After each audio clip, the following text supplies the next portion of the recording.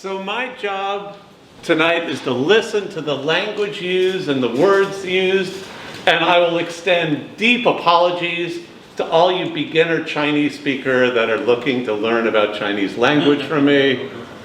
I might be more helpful on English, so I'm going to talk a little more about that. Deep apologies to anyone. So, the very subject of our meeting, a sense of humor. This is actually a really good structure that people getting used to and developing English can use. It's a noun and another noun. Normally, if you want to describe something, you use an adjective.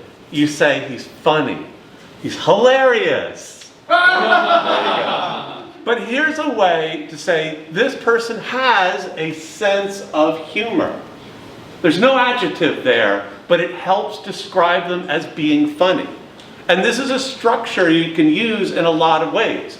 Like if there's something bad going on, you have a sense of doom. So you can describe the situation.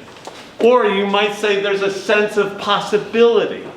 So you can use this structure a lot of ways.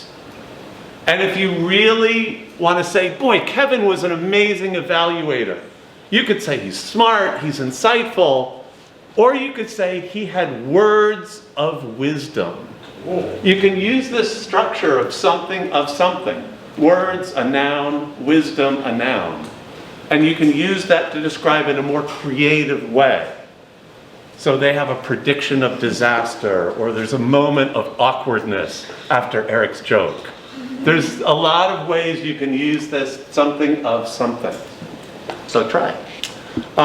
For those of you that didn't get Johnny's joke, you are above average. Don't be mean. Mean is like the mathematical word for in the middle. It's average. So if you're above average, you're higher than the mean. So it's don't be mean, you're above average. It's a very bad joke. But I feel like Johnny is true to my heart. I'm a numbers geek, and so we speak the same language. So again, Sherry's used the art of talk. This same structure, art of talk. And this kind of thing with Sherry used is normally you don't think of talking as an art.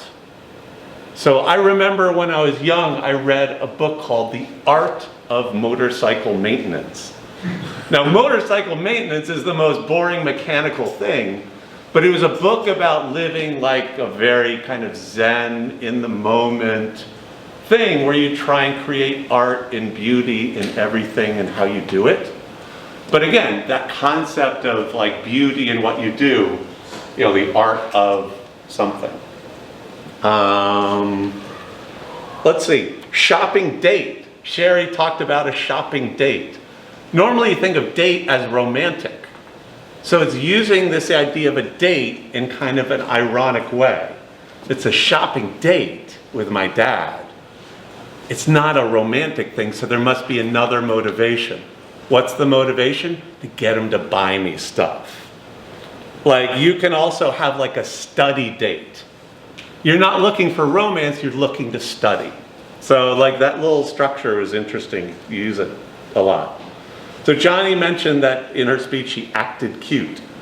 If you say somebody acted something, you're definitely implying they're not that, but they're pretending to be that way. So somebody who's acting smart isn't really smart, but they're pretending to be smart. Way. You said it smelled like S-H-I-T. If you want to give something really extreme, like the most horrible smell, this is a great time to use language. You can say it smelled like rotting waves of death, or it smelled like Eric's socks after a long hike. You know, like you can be creative if you want to need to create the most extreme thing with your language. It's a nice opportunity to use language. Our bodies, our brains were waking up, I think you said, which was great. Normally you say, I'm waking up. But you can use a list. My body, my brain was waking up. The women, the children, even the babies were laughing. When you use a list, it kind of creates a more interesting emphasis. Oh, I'm red already? All right. Colin, I'm not a hot dog. Sorry, I don't know. That's what I wrote down, is I'm not a hot dog.